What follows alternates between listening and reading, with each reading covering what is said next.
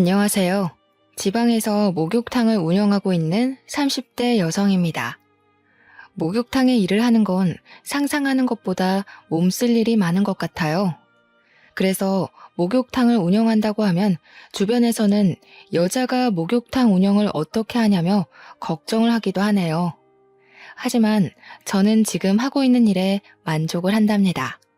깨끗하게 청소된 목욕탕에서 몸을 담그고 피로를 푸는 손님들의 모습을 보면 저까지 기분이 좋아지거든요. 그래서 코로나가 찾아온 요 몇 년간은 참 힘들었네요. 집에만 박혀 있으니 우울증이 돋는 것 같기도 했고요. 떠올려보면 남들의 직업을 하찮게 생각하는 사람들은 대부분 자기가 못나서 그런 것 같아요. 목욕탕을 운영한다는 말에 피식 비웃음을 짓던 시어머니 또한 참 몰상식하고 별 볼 일 없는 사람이었거든요. 서울에 있는 대학교를 졸업한 후 제 인생에는 참 많은 고비가 있었어요.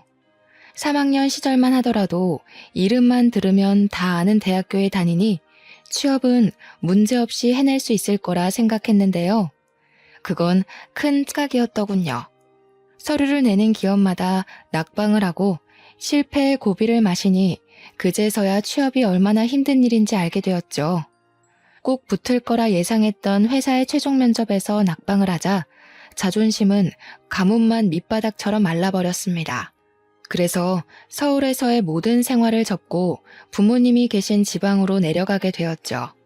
지방으로 내려온 후에는 부모님과 함께 있어서인지 마음이 편해졌어요. 아침 일찍 일어나 목욕탕 청소를 하고 카운터를 볼 때면 서울에서는 느낄 수 없던 여유를 만끽할 수 있었거든요. 말일만 되면 부모님이 주시는 용돈을 받을 때면 부모님의 곁에서 평생 이렇게 살고 싶다는 생각까지 할 정도로 목욕탕에서 있는 일상은 참 마음에 들었습니다. 목욕탕을 출근한 지 한 달이 될 즈음 저는 가장 중요한 인연을 만나게 되었어요. 바로 남편이었습니다. 목욕탕 집 딸이라고 하면 사람들의 반응은 두 가지로 갈렸어요. 아직도 목욕탕을 운영하냐면서 칭찬을 하는 사람과 시대에 뒤처져서 전망도 없는 일에 매달린다고 하는 사람 말이에요. 남편은 이 중 후자에 해당되었습니다. 목욕탕에 처음 온 날 남편은 젊은 사람이 카운터에 앉아 있는 것을 신기하게 생각한 듯 보였어요.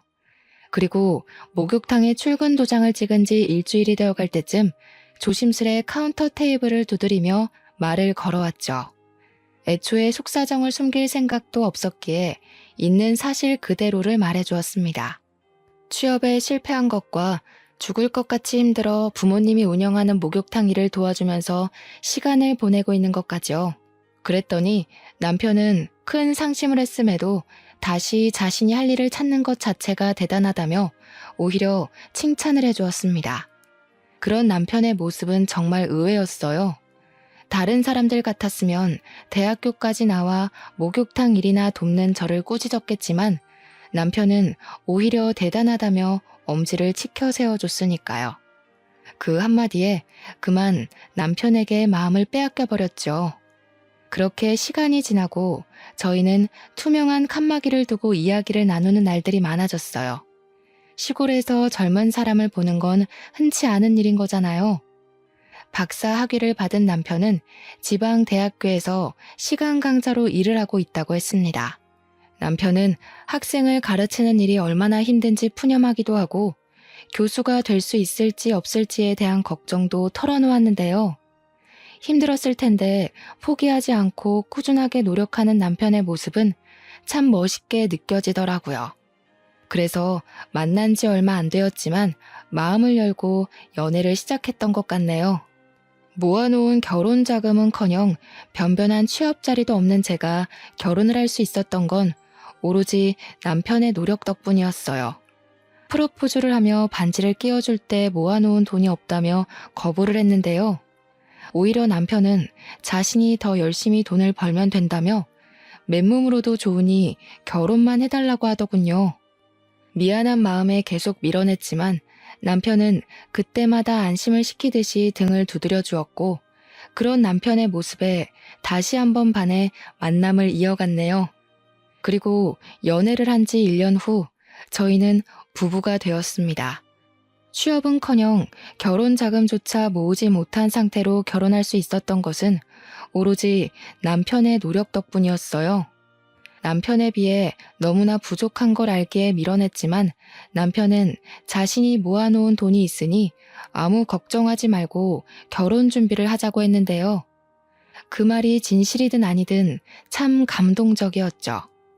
무엇이든 자기가 다 책임진다는 게 쉬운 일이 아닌 거잖아요. 그래서 남편을 믿기로 굳게 마음을 먹었어요. 결혼 준비를 하면서 알게 된 사실은 시부모님이 굉장한 부자라는 사실이었습니다. 검사로 일하던 시아버지께서는 은퇴 후 이름만 대면 알만한 로펌으로 이직을 하셨고, 시어머니께서는 시아버지의 명의의 건물을 관리하면서 취미로는 그림을 그린다고 하시더군요. 남편이 있는 집 자식이라는 것을 알게 되자 부모님께서는 오히려 걱정을 하며 발만 동동 구르셨어요. 목욕탕을 하는 저희 집을 이해하지 못할 거라면서요. 어머니께서는 걱정으로 밤잠까지 설치시며 남편과의 결혼을 말리셨죠. 시어머니께서 고된 시집살이를 시킬 거라면서요. 부모님의 반대는 심했지만 그럼에도 남편과 결혼을 하고 싶었습니다. 어떤 일이 닥쳐온다고 해도 남편과 함께하고 싶었는걸요. 솔직히 고민이 되는 것은 사실이었어요. 하지만 시부모님께서는 제 생각과 달리 환한 얼굴로 저를 맞아주셨죠. 한술 더 떠 시아버지께서는 만나는 여자가 없어 걱정이었는데 이렇게 예쁜 며느리감을 데리고 왔다면서 기뻐하셨습니다. 그렇게 시부모님의 배려와 남편의 사랑 덕분에 분에 넘치는 결혼식을 하게 되었어요. 결혼 후 남편과 함께 다시 서울로 올라오게 되었죠. 그동안 지방대학교에서 일하던 시간 강사 기간이 끝났거든요. 서울에서 올라온 후로는 시댁에서 살게 되었는데요. 시부모님의 배려 덕분인지 참 편안한 일상을 보낼 수 있었네요. 시아버지께서는 무뚝뚝하기는 했지만 퇴근을 하실 때면 제가 좋아하는 맛의 치킨을 사다 주셨어요. 부모님보다 더 신경을 써주시니 너무 감사하면서도 한편으로는 돈만 먹는 돈벌레가 된 것 같아 기분이 썩 좋지는 않았습니다. 그래서 그림 작업에 열중하고 있는 시어머니를 대신해 집안일을 하려 옷소매를 걷어붙였죠. 하지만 설거지라도 할라치면 작업실에서 뛰어나온 시어머니께서는 그마저도 못하게 하셨어요. 집안일을 하는 가정부도 따로 있는데 왜 몸상하게 일을 하냐면서요. 시어머니의 만류에 집에서 할 수 있는 것이라고는 책을 보거나 먹은 것을 설거지통에 가져다 놓는 일뿐이었어요. 잘해주려고 노력하는 시부모님이나 교수 준비로 바쁜 남편에게는 말할 수 없었기에 친구들에게 푸념을 늘어놓는 시간이 점점 더 길어졌죠. 하지만 친구들은 이런 고충을 잘 이해하지 못하는 것 같았어요. 오히려 시집살이를 하는 자신을 놀리냐며 더러 화를 낼 뿐이었죠. 이렇다 보니 어디서 말도 못하고 속으로만 끙끙 앓는 날이 점점 늘어났습니다. 오죽하면 밖으로 나가 편의점 아르바이트라도 해야 하나 생각을 할 정도로요. 그러던 중 시댁 식구들이 모두 외출을 하고 가정부 아줌마와 둘이 남은 날이었습니다. 같이 모여 그릇 정리를 하던 중 가정부 아줌마께서는 어쩌다가 이런 집에 시집을 왔냐면서 걱정을 하셨어요. 가정부 아줌마의 말에 오히려 너무 잘해주셔서 몸둘 바를 모르겠다고 답을 했는데요. 아줌마는 한숨을 푹푹 내쉬면서 힘겹게 입을 여셨네요.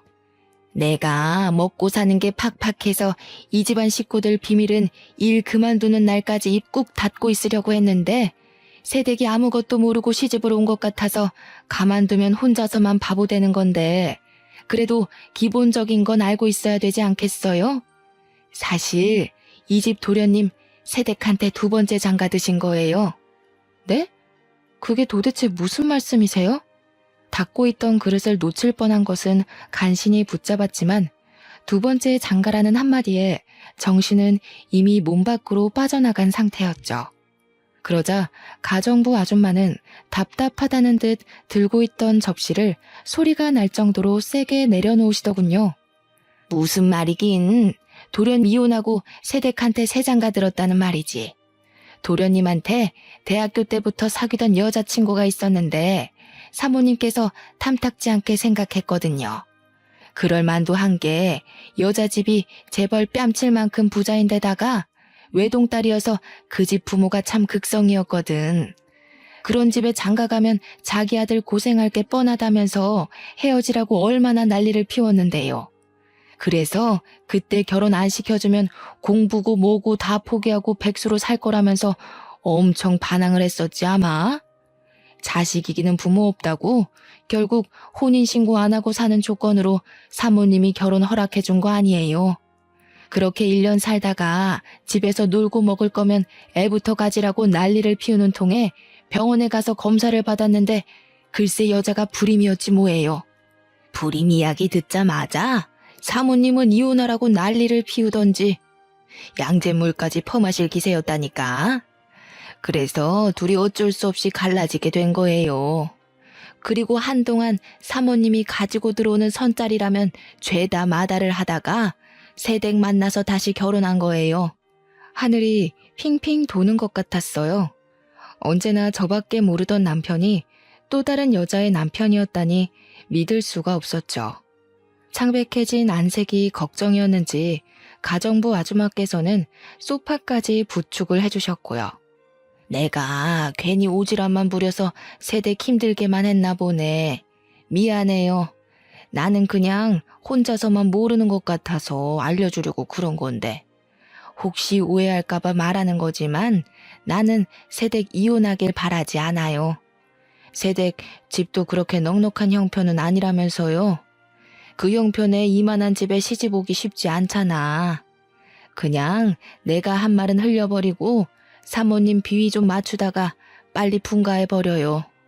사모님 성정이 유난스럽기는 해도 두 번째로 들어온 며느리인데 그래도 잘해주려고 할 거잖아요. 헛웃음이 나왔습니다. 분에 넘치는 좋은 집안에 시집을 와서 호강을 한다고 생각했었는데 모두가 저를 속인 사기꾼이었던 거잖아요.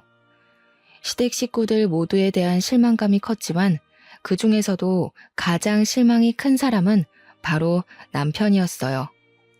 혼인신고만 하지 않고 다른 여자랑 산 주제에 이제까지 사귀어본 여자는 제가 처음이라며 뻔뻔하게 거짓말을 하던 남편의 얼굴을 볼 때마다 치가 떨렸거든요. 그때부터였어요. 시댁 식구들이 잘해주려고 하는 모든 노력이 가식적인 행동으로 보이기 시작한 것이 말이에요. 시어머니께서는 여전히 딸이 생겨 좋다며 백화점에 가 비싼 옷과 가방을 사주셨지만 하나도 마음에 들지 않았어요. 전처럼 환하게 웃으면서 시어머니와의 시간을 즐길 수도 없게 되었고요. 속을 모르는 시어머니께서는 안색이 안 좋아 보인다면서 보양식을 파는 집으로 손을 끌고 가셨죠. 시어머니께서는 손수 닭다리를 찢어 앞접시에 놔주셨습니다. 닭다리 살을 발라 입에 넣자 시어머니는 여태까지 상상조차 할 수 없었던 질문을 하셨죠. 예, 너는 지금까지 만난 남자가 몇 명이나 되니? 네? 만난 남자라니요? 모른 척 하기는 우리 애 제외하고 사귀었던 남자가 몇 명이었냐 이 말이지. 솔직히 말해도 괜찮아. 옛날이야 부모들 때문에 남자 만나서 연애할 새도 없이 결혼을 했다고 하지만 요즘이 어디 조선시대도 아니고 어디 결혼 전에 남자 몇 번 만난 게 흠이니? 나 그렇게 앞뒤 분간 없이 고지식하게 꽉 막힌 시어머니 아니다. 그동안 생활비 벌고 취업 준비하느라 남자 만날 새가 없었어요. 그러니?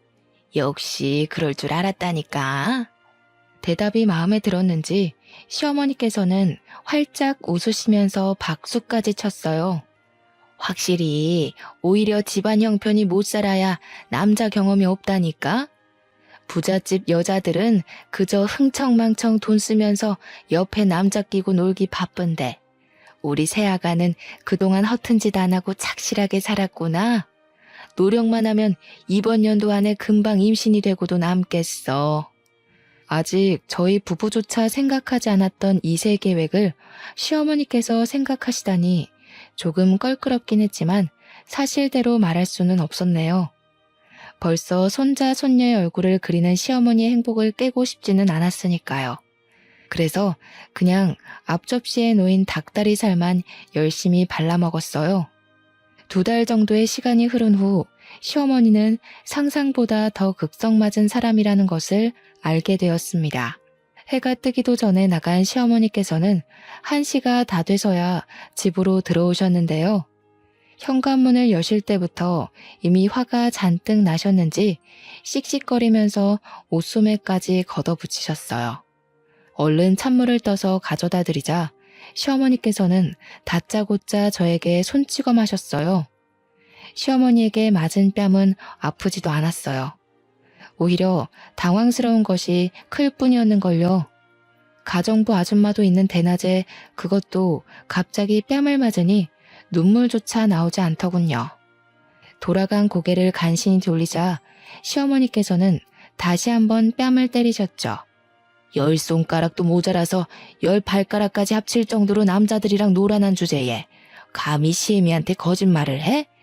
집이 못 살아도 그 몸뚱이 하나 깨끗할 거라고 믿고 데리고 왔더니 남들이 쓰고 버린 행주를 며느리라고 들였어. 귀한 우리 아들한테 어쩜 이런 쓰지도 못할 행주 쪼가리가 달라붙었는지. 갑자기 왜 이러는 거예요? 이유라도 알고 맞아야 억울하지라도 않죠. 시어머니께서는 억울하지도 말라며 바닥으로 종이 한 장을 툭 던지셨어요. 종이에는 저의 생년월일이 적혀 있었죠. 지난밤 저에게 태어난 시간을 물어본 것이 의아했었는데 시어머니께서는 몰래 무당집에 가서 점을 보고 오신 거였습니다. 당사자인 저도 모르게 말이에요. 사주가 어떻게 나왔던 사람이 제일 중요한 법이잖아요. 그런데 시어머니께서는 오직 무당의 말만 맹신하는 것 같았어요. 억울함을 하소연했지만 그럴 때마다 시어머니께서는 듣기도 싫다며 귀를 막아버리셨죠. 이럴 줄 알았으면 결혼시키기 전에 미리 점집에라도 다녀오는 거였는데 내가 너무 급했어. 이 화상을 앞으로 어떻게 데리고 살아? 아이고, 우리 아들 인생을 어쩌면 좋으나. 그렇게 당하고도 내가 정신을 못 차리고 너무 서둘러 버렸어. 그래, 아무리 구멍난 행주라도 이미 우리 집에 왔으니 어찌됐던 기회는 주마. 올해 안에 아들을 낳아. 그러면 없던 일로 하고 예전처럼 착한 시어머니 노릇하면서 살아주마. 대신 애를 못 낳으면 당장 짐 싸서 친정 목욕탕 청소할 준비나 하고. 한 번만 제 말을 믿어달라고 했지만 시어머니는 이미 제가 여러 남자를 만나 방탕하게 놀았다고 생각하는 모양이었어요. 그래서 변명을 하려고 했지만 소용이 없었죠. 해명을 하려고 해도 시어머니께서는 저를 멀리 하셨거든요. 다른 식구들이 있을 때는 전과 똑같이 행동했지만 식구들이 출근을 하면 작업실에 콕 박혀 아예 한마디도 걸지 않으셨습니다. 다시 시어머니와 잘 지내보려 과일을 깎아서 가고 손수 물감 정리도 해보았지만 그런 노력들은 다 헛수고였네요. 쓸데없는 짓 할 시간에 어떻게 하면 애를 뵐지나 생각해라. 아유, 괜히 똥 묻은 개를 주워와서 내가 무슨 고생인지 모르겠다. 자기 똥도 못 닦는 개를 어디다가 쓴다고. 시어머니는 아기를 낳을 때까지 말도 걸지 말라며 경고를 하셨어요. 점점 심해지는 시어머니의 행동에 결국 남편에게 모든 것을 털어놓게 되었습니다. 남편은 분명 든든하게 제 편을 들어줄 거라고 믿어 의심치 않았죠. 그런데 이야기를 듣자마자 남편은 인상부터 찡그리더라고요. 가뜩이나 요즘에 교수 준비 때문에 바빠 죽겠는데 내가 이런 사소한 일까지 신경 써야 돼? 당신이 우리 집에서 하는 게 뭐가 있는데 우리 엄마가 다른 집처럼 빨래며 설거지하라고 윽박지르면서 시집살이를 시키기를 해. 아니면 나가서 돈이나 벌어오라고 내가 당신을 닥달하기를 해. 그냥 집에서 쉬면서 어머니 비위 맞춰드리기만 하면 되잖아. 그게 그렇게 어려워? 잠깐씩 식구들 비위만 맞춰줘서 돈 100만 원은 우습게 받을 텐데 그거 하나를 못해서 자기 복을 발로 차요. 이럴 줄 알았으면 너랑 결혼하는 게 아니었는데. 기본적인 소통이 돼야 비위를 맞춰드리던 뭐든 하지. 아기 낳기 전까지는 나랑 말도 안 하겠다는 어머니한테 내가 무슨 비위를 맞춰드리고 무슨 돈을 받겠어. 그래도 당신은 아들이니까 가서 나 대신에 한마디만 해주면 되잖아. 집사람, 발랑 까진 사람처럼 돌아다니지도 않았고 집에서 열심히 공부하고 일만 했다고. 당신 바깥일 때문에 피곤한 건 알지만 그래도 어머니한테 한마디 정도는 해줄 수 있는 거잖아. 나 이대로 가다가는 애 낳기도 전에 산송장처럼 죽어갈 것 같아. 애원했지만 남편은 콧방귀만 낄 뿐이었습니다. 그러면서 남편은 아무렇지 않게 툭 말을 던졌죠. 당신이 그 공부를 혼자서 열심히 했을지 전 남자친구 집에서 열심히 했을지는 나도 모르지. 내가 서울에 있을 때부터 당신을 안 것도 아니고 막말로 나한테 비밀로 하고 다른 남자들 끼고 놀았을 수도 있는 거잖아. 당신도 찔리는 게 있으니까 엄마한테 해명도 못하고 나한테 와서 해결해달라고 난리치는 거 아니야? 그렇게 당당하면 당신이 어머니한테 직접 말을 해도 되는 거잖아. 나도 참 이럴 줄 알았으면 과거 조사라도 싹 해보고 결혼하는 건데. 내가 공부만 하느라 여자 보는 눈이 없어서 그냥 결혼을 해버렸네. 어차피 끝난 인생, 다음 생에는 나무처럼 뻣뻣하고 애교도 없어서 부모님이랑 트러블만 일으키는 여자가 아니라 이쁘고 돈도 잘 버는 여자 만나서 백년해로 해야지. 기가 막히더군요. 같이 지낸 시간이 얼마인데 자기가 보지 못했다는 이유로 과거를 의심하고 다른 여자를 운운하다뇨. 금방이라도 실실거리며 다른 여자 이야기를 늘어놓는 남편에게 전부인에 대한 이야기를 하고 싶었어요. 하지만 목이 메어 쏘아붙이기는커녕 입도 뻥긋하지 못했죠.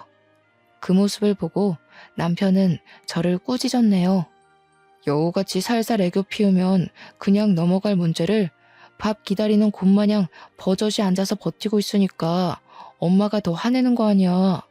산에 있는 나무를 뽑아와서 산다고 해도 당신만큼 뻣뻣하지는 않을 거야. 무슨 여자가 애교가 없어? 결혼 전 다정하던 모습은 먼지 한 톨만큼도 찾아볼 수 없는 남편을 보며 친구들이 해줬던 말이 기억났어요. 남편은 결혼하자마자 바로 남의 편이 돼서 남편이라는 말이요.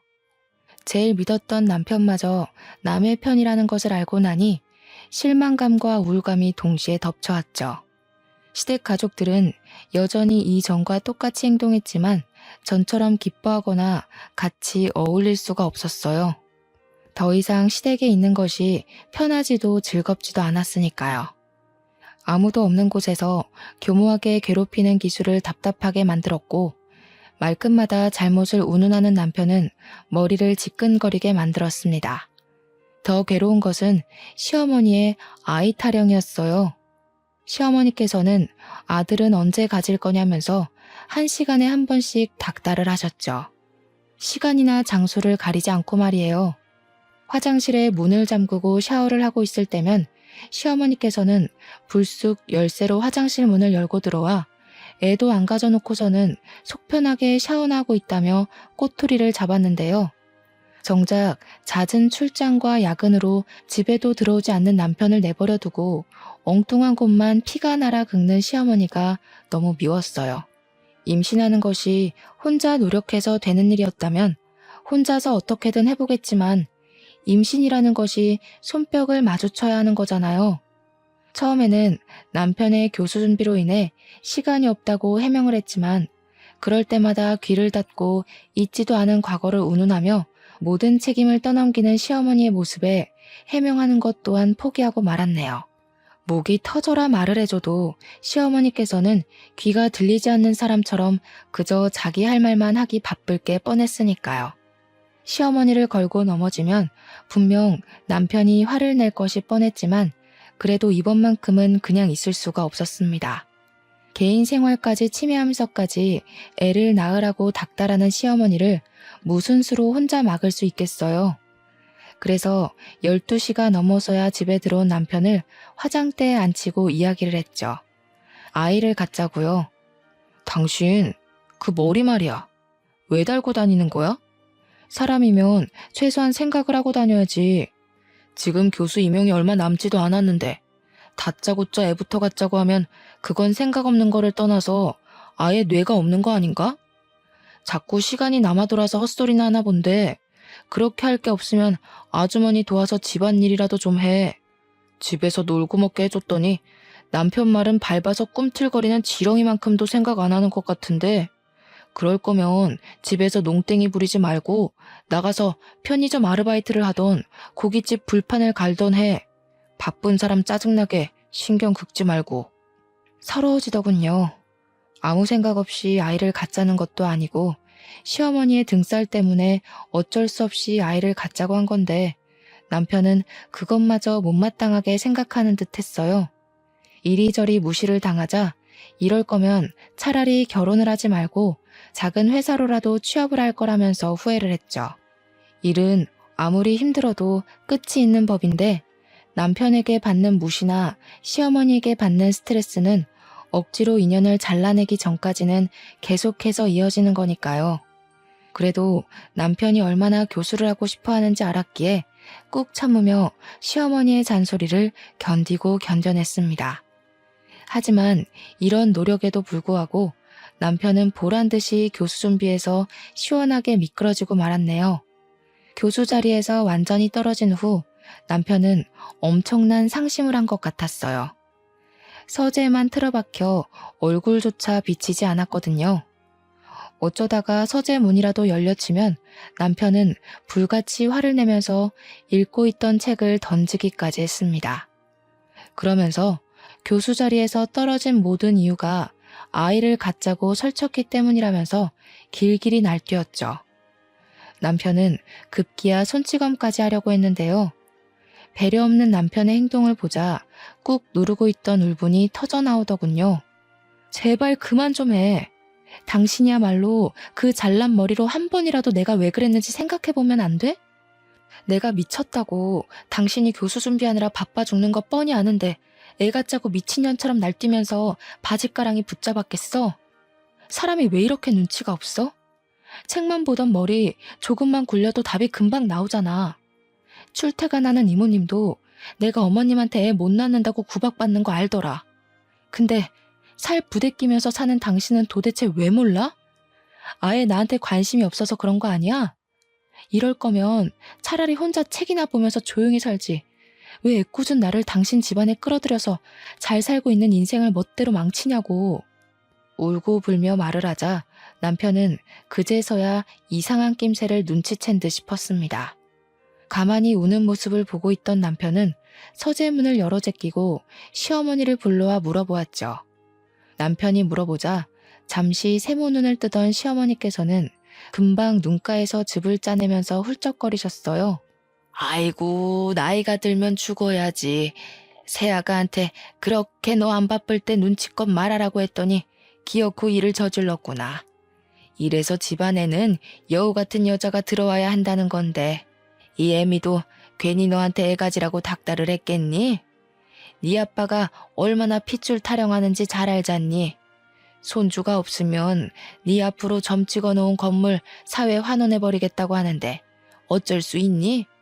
아휴, 아무리 돈이 급했어도 우리 아들 속사정 봐가면서 밀어붙였어야 되는데 그저 애미가 죄인이다 죄인이야.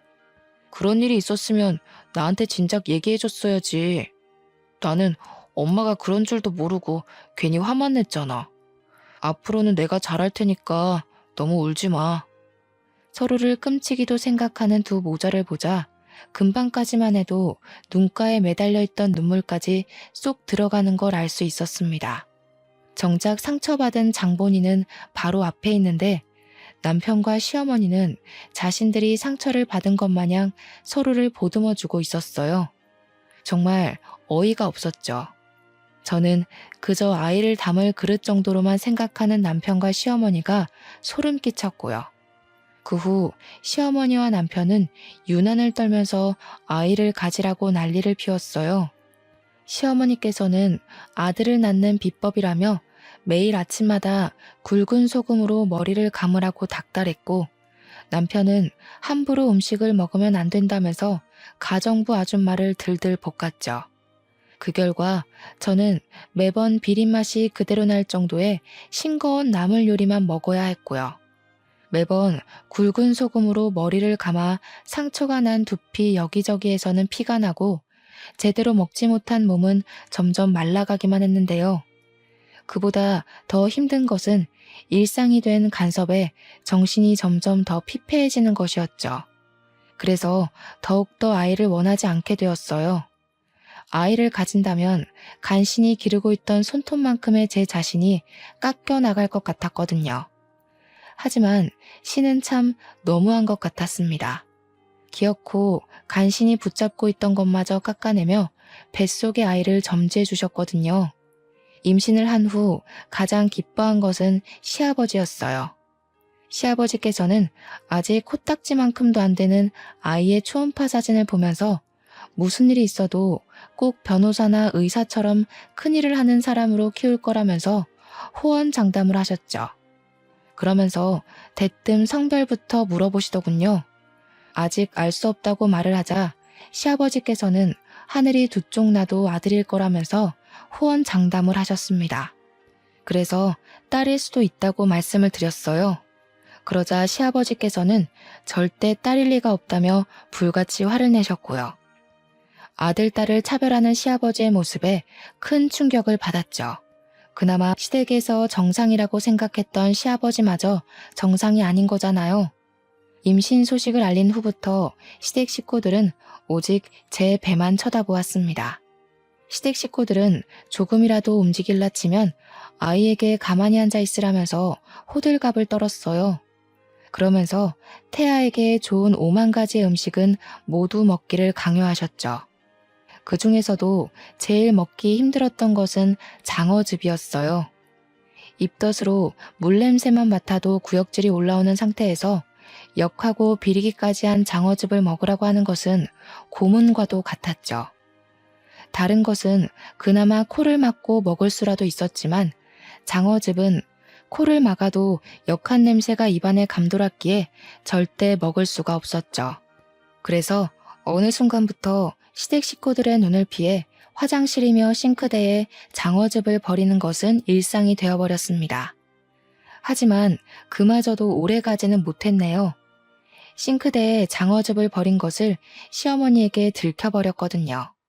절대로 못 먹겠다고 선포를 하자 시어머니는 다 아이를 위한 것이니 참고 먹으라면서 억지로 입안에 장어즙을 들이부었는데요. 이상하게 장어즙을 먹은 후부터는 온몸에 두드러기가 올라왔고 기도는 숨을 쉬지도 못할 정도로 부풀어 오르더군요. 그래서 바로 남편에게 말을 한 것이고요. 원래 몸에 좋은 보약은 먹을 때나 먹고 나서 고통스러운 법이야. 너는 엄마가 되어가지고 자식 위해서 그 정도도 못 참는 게 말이 되니? 다른 엄마들은 몸이 아파도 뱃속에 애 잘못될까봐 아픈 것도 꾸역꾸역 잘 참는다는데 홀몸도 아니면서 너는 어떻게 다짜고짜 병원부터 가자는 말을 할 수가 있니? 나는 너같이 모성이 없는 애 뱃속에 있는 우리 손자가 너무 불쌍하다. 그렇게 아프면 방에 들어가서 잠이라도 자던가. 병원에 데려가 달라는 한마디만 했을 뿐인데 시어머니께서는 10마디도 넘는 꾸중을 늘어놓으셨어요. 참 마음이 씁쓸했습니다. 엄마라는 이유로 몸이 아픈 것도 말하지 않고 꾹꾹 참아야 하다니 너무 불공평하잖아요. 정작 애아빠 남편은 임신 전이나 임신 후나 똑같이 병원에 가고 똑같이 먹고 자는걸요. 시어머니는 계속 방에 들어가서 자라고 했지만 그럴 수 없었어요. 기도가 막혀서 숨을 쉴 수가 없었거든요. 그 자리에 쓰러지자 그제야 상황 파악이 된 시댁 식구들은 119를 불렀습니다. 저는 숨이 꼴딱꼴딱 넘어가기 직전 병원으로 갈 수 있었고요. 의사는 알레르기 반응이 심하게 와 조금만 늦었어도 목숨이 위험할 뻔했다고 말을 했어요. 그러자 시아버지와 시어머니는 당연하게도 뱃속 아기의 상태를 먼저 물으셨죠. 물론 뱃속의 아이는 아무런 지장이 없었지만 그래도 너무 서러웠네요. 아무리 며느리가 남의 집 식구라고 해도 목숨이 간당간당한 상황에서도 뱃속 손주 걱정만 하다뇨. 시어머니는 응급실 소동이 있은 후에도 계속해서 장어즙을 권했습니다. 뱃속 아기를 위해서는 조금만 더 참으라면서요. 그래서 처음으로 시어머니에게 언성을 높이며 못 먹겠다고 말을 했죠. 어디 버르장머리 없이 시애미한테 대들어. 임신했다고 떠받들어주니 네가 아주 시부모 머리 꼭대기에 올라가려고 하는구나. 그런데 갑자기 가만히 있던 시아버지가 버럭 화를 내시더군요. 당황스러웠습니다. 정작 잘못은 시어머니가 먼저 했는데 며느리라는 이유로 이렇게 시댁 식구들의 화풀이 도구가 되다뇨. 처음에는 당황스러웠지만 남편의 말을 듣고 나니 시아버지께서 왜 그렇게 시어머니에게 쩔쩔매시는지 알겠더라고요. 시아버지께서도 처음에는 부자가 아닌 평범한 집안의 아들이었다고 했습니다. 오히려 부모님이 일찍 돌아가셔서 부자는커녕 어려운 형편 속에서 공부를 하고 학교를 다녔죠. 그러던 중 시아버지의 부동산 투자로 성공을 하고 그때부터 집안에 돈이 들어왔다고 해요. 시아버지께서도 형 옆에서 도움을 많이 받았고요. 그러다 시아버지의 형은 말년에 뇌졸중으로 쓰러지시고 아예 거동을 못하셨는데요. 아내 되는 분은 병간호를 하기 싫다면서 아픈 남편을 버리고 야반 도주를 했죠. 그때 시어머니께서는 도망간 아내분을 대신해 지극정성으로 시아버지의 형을 간호한 것이었습니다. 그 모습에 감동한 시아버지께서도 돌아가시기 직전 모든 재산을 증여해 주신 거고요. 자식이 없었기에 가능한 일이었습니다. 시아버지께서는 이 집에서 붙어 살고 싶으면 시어머니가 하는 모든 말에 복종하면서 살라고 했어요. 그 말을 듣는데 참 원통하더군요. 그때 깨달았죠. 아무리 노력해도 저는 아이를 낳아주는 객식구일 뿐 진짜 가족은 되지 못하겠구나 하고요. 그래서 착한 며느리를 그만두기로 결심했습니다. 어차피 아무리 잘해보려 노력해도 돌아오는 것은 아무것도 없으니까요. 휴식이 필요하다는 이유로 친정에 가겠다고 선포를 했는데요.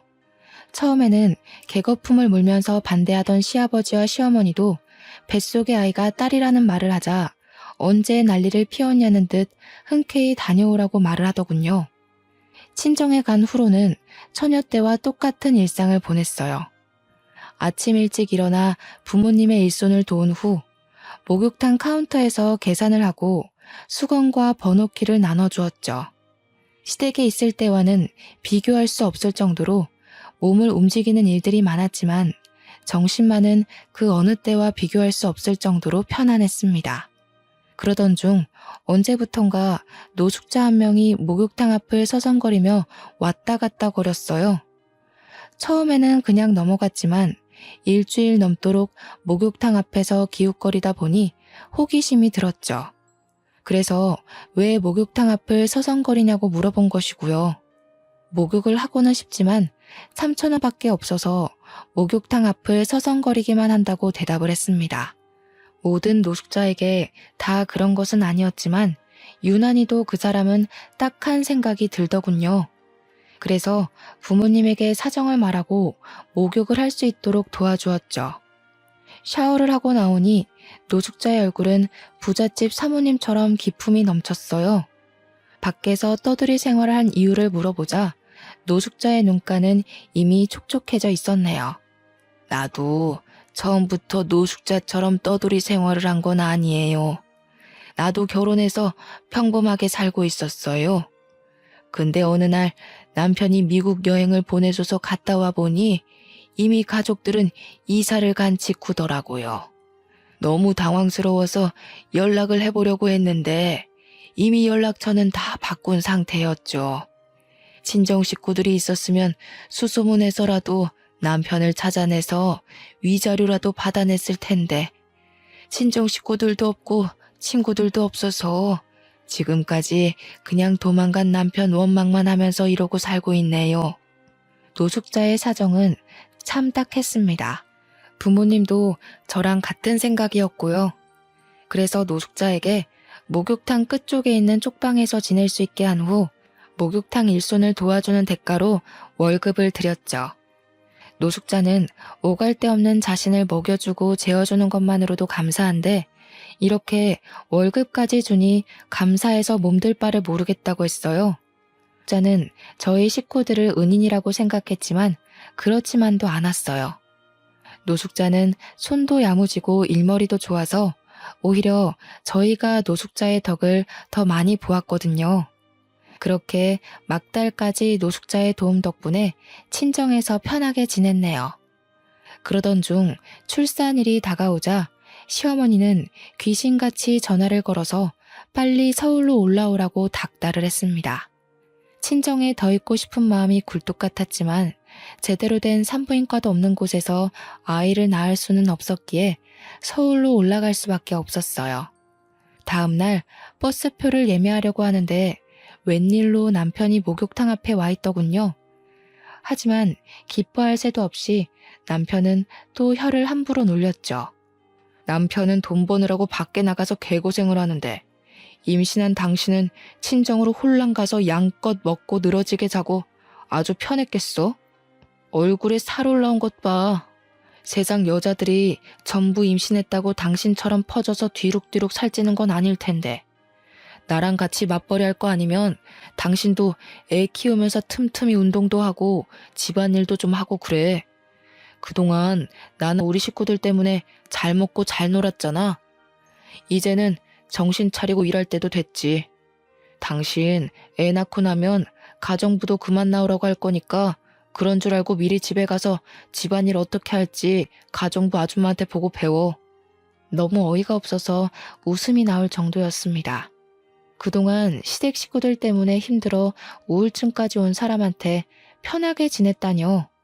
예전에는 어차피 이해하지도 못하는 남편에게 말해봤자 입만 아프다고 생각했었지만 그럴수록 힘들어지는 건 저뿐이라는 걸 알았어요.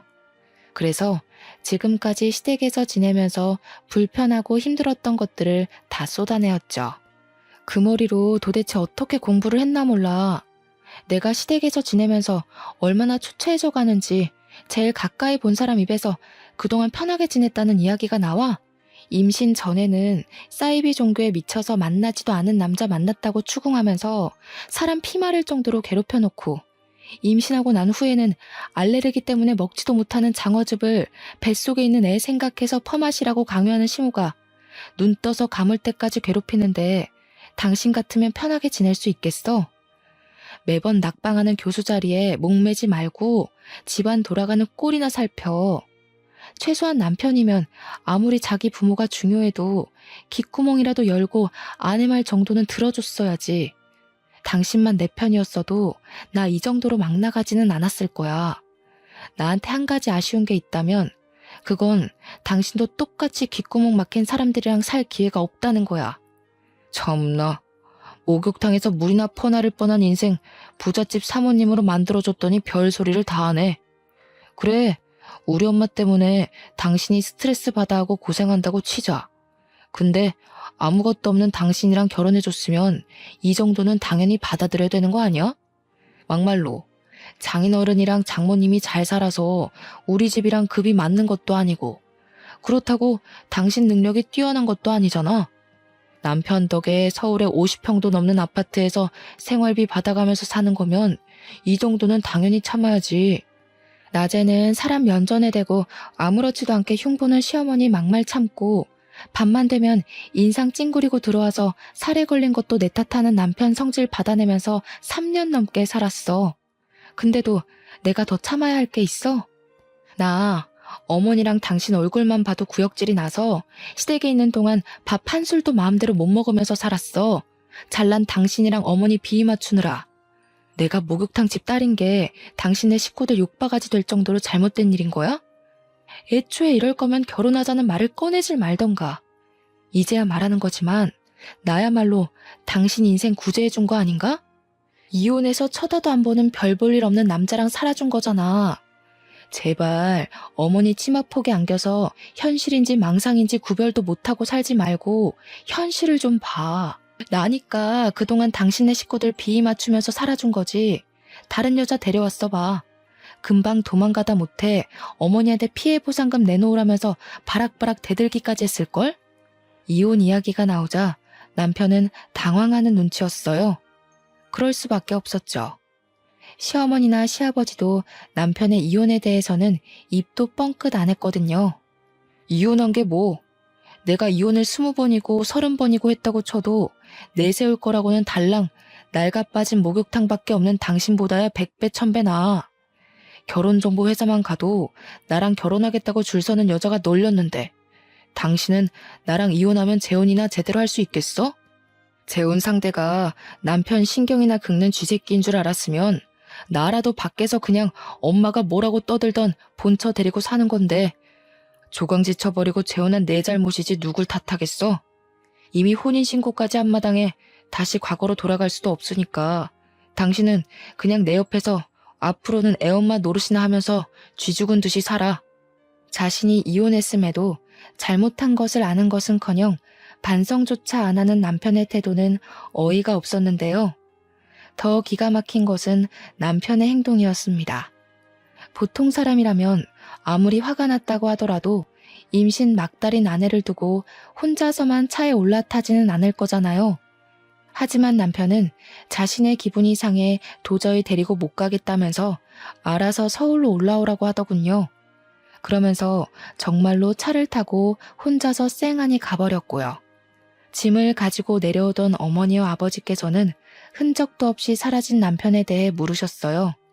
임신 전이었다면 전처럼 밝은 척 변명을 둘러댔겠지만 이제는 그럴 자신이 없었네요. 그래서 시댁에서 어떤 취급을 받았는지와 남편이 어떻게 대했는지도 하나도 빠짐없이 다 이야기를 했죠. 이야기를 전해 들은 부모님은 경악을 하셨습니다. 아무리 자신들이 잘 사는 집이라지만 귀한 남의 집딸을 종부리듯이 휘어잡는 게 말이 되냐면서요. 정말 서러웠어요. 어머니와 아버지께서는 한마음 한뜻으로 아이 때문에 참고 살지 말고 힘들면 언제든지 이혼해도 좋다고 말씀을 해주셨죠. 옆을 든든하게 지켜주시는 부모님을 보자 느껴졌어요. 이 세상에 내 편이 있다는 것이 얼마나 대단하고 마음 따뜻해지는 일인지 말이에요. 남편과 시댁 식구들이 저에게 한 짓은 용서받지 못할 정도로 나빴지만 아이는 낳아야 했기에 부모님과 같이 서울로 향했죠. 제대로 된 병원은커녕 산부인과도 없는 본가에서는 아이를 낳을 환경이 안 됐거든요. 아버지의 차를 타고 향하는 시골의 풍경은 참 슬프더군요. 빠르게 지나가는 나무들을 보면 울컥 눈물이 차오르기도 했고요. 그렇지만 울 수는 없었어요. 여기서 더 슬퍼했다가는 부모님뿐만 아니라 뱃속에 있는 아이에게도 참 미안한 일이니까요. 그래서 눈물을 꾹 참고 창가를 봤죠. 그런데 그때 집채만한 화물차가 바로 저희 앞으로 돌진을 했습니다. 아버지는 핸들을 꺾으며 화물차를 피해보려고 했지만 이미 화물차는 저희 앞으로 와 그대로 차를 들이박았어요. 손 쓸 틈도 없이 일어난 사고에 차에 타고 있던 모두가 속수무책으로 사고를 당할 수밖에 없었죠. 눈을 뜬 곳은 병원이었어요. 양옆으로는 시댁 식구들이 버티고 서 있더군요. 깜짝 놀라며 부모님의 안부를 묻자 시아버지께서는 부모님 모두 큰 부상 없이 입원을 했다고 말씀을 해주셨죠. 정말 다행이라고 생각하는데 이상하게도 아랫배가 너무 아프더라고요. 그래서 아이는 무사한 것이냐고 물어봤죠. 그러자 옆에 있던 남편은 우물쭈물하더니 아이는 유산됐다고 답을 했네요. 그깟 계집애 차라리 없는 게 나을지도 모른다. 아직 젊으니 병원에서 치료 잘 받고 몸조리하면 금방 또 가질 수 있을 게다. 이번에는 딸이었으니 다음에는 아들이겠지. 10달 동안 품고 있던 아이가 한순간에 없어졌다고 하니 참 마음이 복잡했어요. 남편과 시부모님에게 구박을 받을 때에는 서러웠고 부모님이 함께 교통사고를 당했을 때는 슬펐지만 아이를 잃은 감정은 말로 표현할 수가 없었네요. 정말 그 어떤 슬픔이 온다고 해도 이것보다 더한 것은 없다고 생각했죠. 저의 아픔을 알았는지 이번만큼은 시댁 식구들도 입을 꾹 다물고 있었습니다. 시아버지께서는 몸조리를 하라면서 5만 원짜리 지폐 다발을 내미셨어요. 남편은 미역국을 받아와 직접 떠먹여 주기까지 했죠. 시어머니께서도 안타까운 듯이 바라보셨는데요. 시아버지와 남편이 일 때문에 자리를 비우자 금세 본색을 드러내셨네요. 병실문이 닫히자 시어머니는 미역국을 그대로 들어 머리에 엎어버리셨습니다. 그리고는 마음을 도려내는 말도 서슴지 않고 내뱉으셨죠. 그 애가 얼마짜리인데 칠칠치 못하게 간수 하나 제대로 못해서 흘리고 다니는 거야. 딸이어도 처대라고 우겨서 강남의 아파트 한 채는 받아낼 수 있었을 텐데 누가 목욕탕집 딸 아니랄까봐 아주 아이까지 말끔하게 씻겨나가게 했구나. 이제 보니 우리 아들이 교수 자리에서 미끄러진 것도 다 니년 탓이었어. 너 솔직히 말해보거라. 핑계로 친정 내려간 것도 네 부모랑 같이 우리 아들 앞길에 비누칠해서 미끄러지게 하려고 그런 거지? 요즘에 우리 집에 왜 이렇게 안 좋은 일이 많이 생기나 했더니 다 니년 탓이었었어. 지금은 내가 두 눈 시퍼렇게 뜨고 있어서 망정이지. 나중에 내가 없으면 얼씨구나 좋다구나 하고 우리 집 재산이며 우리 집 명성이며 씻겨 내려갈 텐데 너 같은 화상을 계속 우리 집 식구로 들 수는 없지. 긴 말 필요 없다. 이혼 절차 그런 거 다 필요 없이 그냥 짐만 싸서 나가. 어머니, 아들이 능력 없이 떨어진 걸 왜 제 탓을 하세요? 저 어머니가 목욕탕집 딸내미라는 거 걸고 넘어질 때마다 너무 어이가 없었어요. 저희 부모님이 도둑질하는 걸 가르치셔서 시댁 물건에 손을 댄 것도 아니고 시집 와서 한 거라고는 손바닥 뒤집듯 앞뒤 다른 어머니 비위 맞추면서 시집사 참은 게 다인데 그게 그렇게 못마땅하셨어요? 자꾸 이상한 이유로 걸고 넘어지시지 말고 그냥 없는 집 딸 주제에 귀한 외동아들 가로채간 게 마음에 안 든다고 솔직하게 말씀하세요. 근데 어머니도 참 웃기세요. 임신하라고 난리칠 때는 언제고 이제 와서 이혼이라뇨. 강요 안 하셔도 잘난 어머니 아들이랑 이혼은 할 건데요. 그래도 제가 그동안 어머니한테 당했던 수모 때문에 빈손으로는 못 나가겠네요. 차내고 싶으시면 양손에 달걀이라도 쥐어주세요. 그동안 언감생신 꿈에도 못 꿀 집에서 먹여주고 입혀준 것만으로도 감사해야지. 이래서 쥐새끼한테 부스럭이라도 쥐어주지 말라고 하는 건데 내가 착해도 너무 착했지. 싹수가 노란 걸 진작 확인하고 쥐덫을 놨어야 하는 건데. 너 같은 거한테는 지금 들고 있는 돈 봉투도 가분한 건데. 왜 이러세요? 당장 내놔. 애도 흘린 주제에 뭘 잘했다고 돈까지 탐내? 너같이 돼버러진 것한테 나는 10원 한 장 못 준다. 시어머니는 급기야 시아버지가 주신 돈 봉투까지 빼앗으려 했습니다.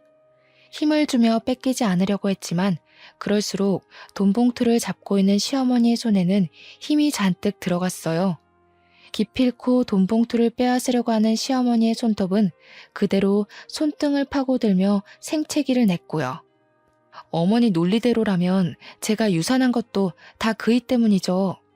그이가 몇 마디 다퉜다고 성질 안 부리고 혼자 출발하는 일만 없었어도 제가 유산할 일도 저희 부모님이 다칠 일도 없었다고요.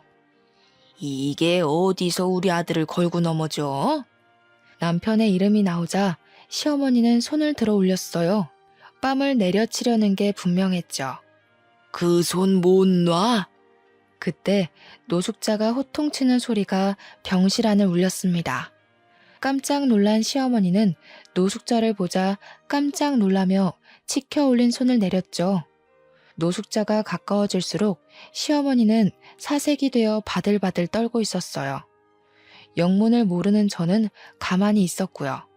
그동안 한 번만 얼굴 보게 해달라고 그렇게 빌고 빌었는데 결국 내 소원이 통했나 보네. 이렇게 다시 만나게 된 걸 보면 말이야.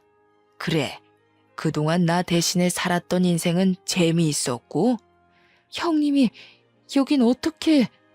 남에게 고개 숙이는 것을 제일 싫어하던 시어머니는 바닥에 붙어있다시피 엎드려 노숙자에게 고개를 조아렸어요.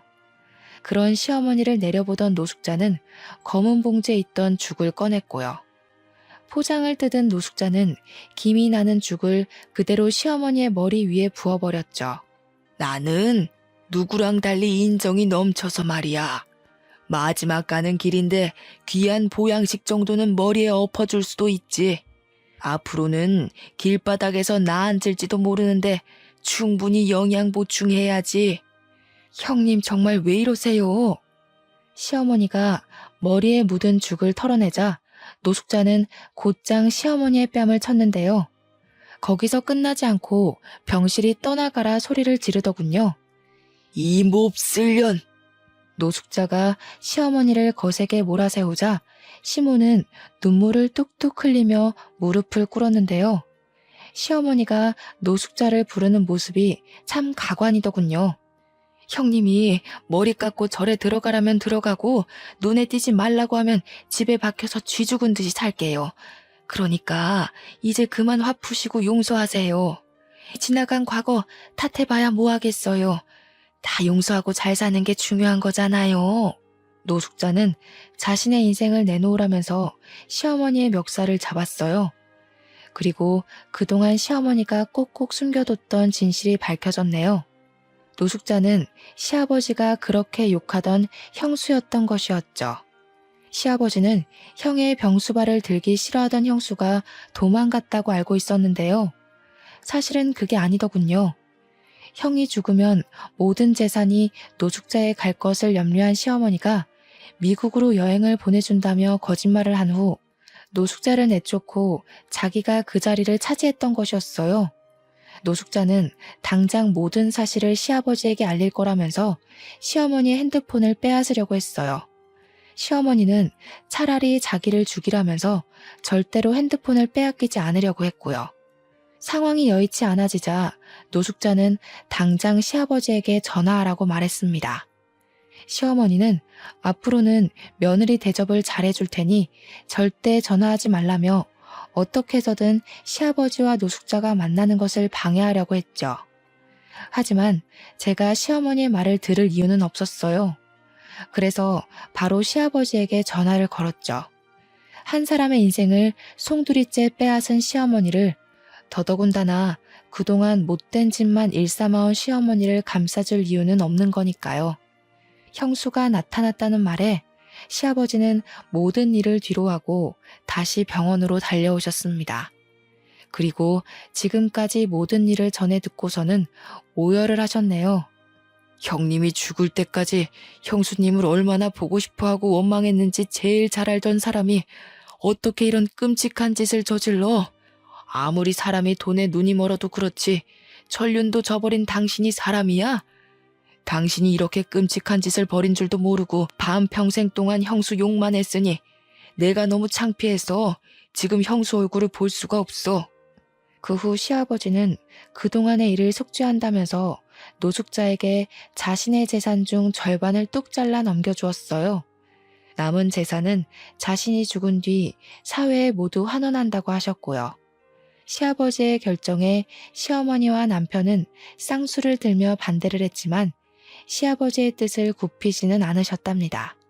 시아버지께서는 가족의 인생을 빼앗은 죄인은 돈을 가질 자격이 없다면서 못을 박으셨거든요. 결국 본전도 못 찾은 시어머니는 자리에 드러누웠고 시아버지의 재산만을 누리며 그동안 교수 준비도 게을리하던 남편은 한 입시학원의 국어 강사로 취업을 했네요. 일을 다니게 되자 남편은 먼저 사과를 해오더군요. 그동안 자신이 시어머니의 치마폭에 쌓여 아픔을 헤아리지 못했다면서요. 이번 일을 계기로 남편은 정말 자신이 무엇을 잘못했고 어떤 것을 바로잡아야 하는지 알게 된 것 같았지만 지금은 잠시 본가에 내려와 목욕탕 일을 도와드리고 있어요. 아직은 남편을 용서할 마음이 없거든요. 노숙자는 유산을 상속받은 후에도 계속 저희 부모님과 가깝게 지내면서 목욕탕 일을 도와주고 있는데요. 저희 가족들에게 보답을 하고 싶다면서 지방의 아파트를 한 채씩 사주었네요. 이런 걸 보면 신은 참 불공평한 것 같으면서도 공평한 것 같습니다. 권선징악에 대한 것이라면 더더욱요. 여러분께서는 저처럼 악한 사람을 만나지 않고 언제나 선한 사람만 만나며 평탄한 인생을 살길 바랄게요. 혹시라도 이미 악한 사람을 만나 마음고생을 하고 있다면 너무 걱정하지는 마시고요. 죄를 살아서 받을지 죽어서 받을지는 모르지만 다른 사람을 괴롭힌 악한 이들은 언제나 심판을 받게 되어 있거든요. 긴 사연 들어주신 여러분, 감사합니다.